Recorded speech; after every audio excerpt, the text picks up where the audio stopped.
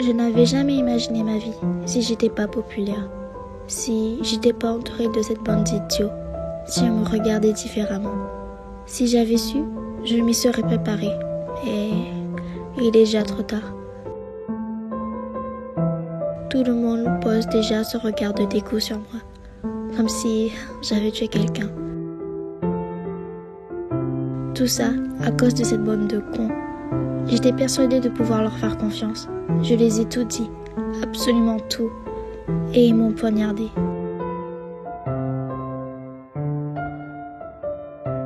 Tout l'établissement était au courant. Le psy a voulu m'inscrire à un groupe de soutien psychologique. J'ai tout de suite pensé que c'était une mauvaise idée, mais ma mère m'y a obligée. Alors j'ai commencé à y aller.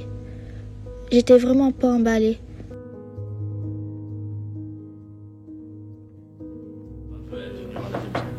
Ah mais salut, c'est toi la nouvelle? Salut. Ben je te laisse t'asseoir.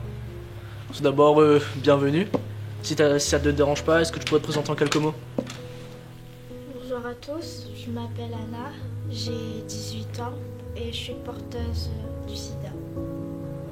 Bienvenue parmi nous. Moi, c'est Mehdi. Il y a plusieurs mois de cela, j'étais un buveur et un fumeur.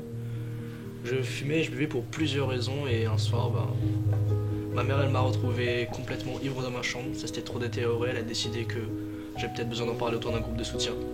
Moi je suis ici pour les mêmes raisons, je m'appelle Chris, enchanté, et du coup moi aussi on m'a retrouvé complètement défoncé dans ma chambre avec une bouteille dans une main et une jolie fille de l'autre.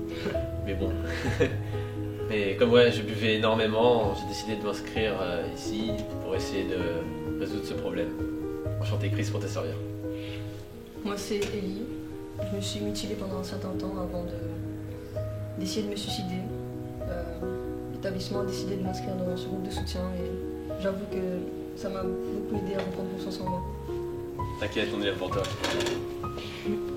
Enchantée Anna, moi c'est Charlie. J'ai été victime d'agression sexuelle il y a quelques mois de cela et j'avais besoin d'un gros soutien moral. Du coup j'ai décidé de m'inscrire dans ce groupe. Mais après quelques semaines, je m'y étais vraiment habituée. Ce groupe de soutien fut la pire et la meilleure chose qui me soit arrivée. Nous étions 5, ils étaient presque tous différents. Et puis il y avait moi, une jeune fille, séropositive. Quelquefois, on se racontait des blagues, on jouait, on se marrait. Et d'autres, on parlait de nos vies, nos problèmes.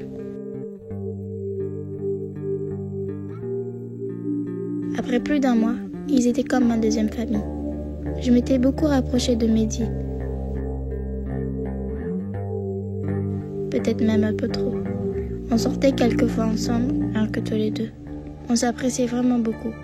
Jusqu'à ce jour, au parc, où il m'avait embrassée. C'est à ce moment que j'ai su que ce n'était pas que de l'amitié. C'était bien plus que ça. Mais il ne fallait pas que je tombe amoureuse. Je le savais. On a commencé à former un joli petit couple au club. Ils étaient tous au courant et approuvaient entièrement notre relation, qui ne devrait pas durer.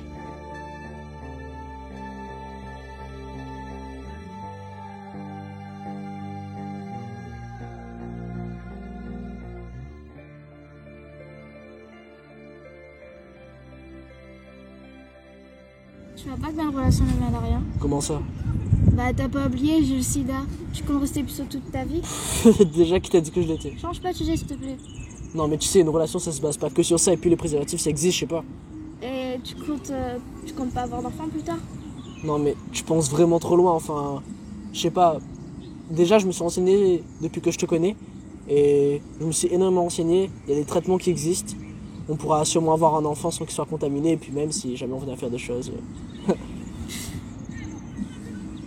Tu sais, je t'aime vraiment et je veux vraiment pas que cette maladie nous sépare. Je t'aime. Il avait dit d'une façon si douce et naturelle. On me l'avait jamais dit à haute voix.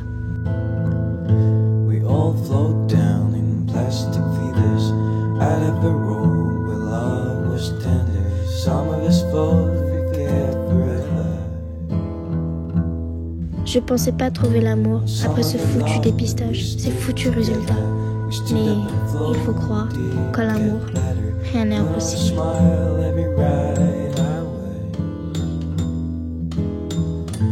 Je sais maintenant qu'il y a toujours un moyen de surmonter nos plus gros problèmes, nos plus grosses peurs, nos plus grosses douleurs. Ce qui est impossible aujourd'hui sera possible demain.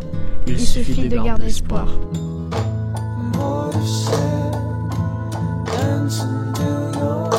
Aujourd'hui, tu n'es plus près de moi, tu n'es plus près de nous, mais tu resteras à jamais gravé dans nos cœurs.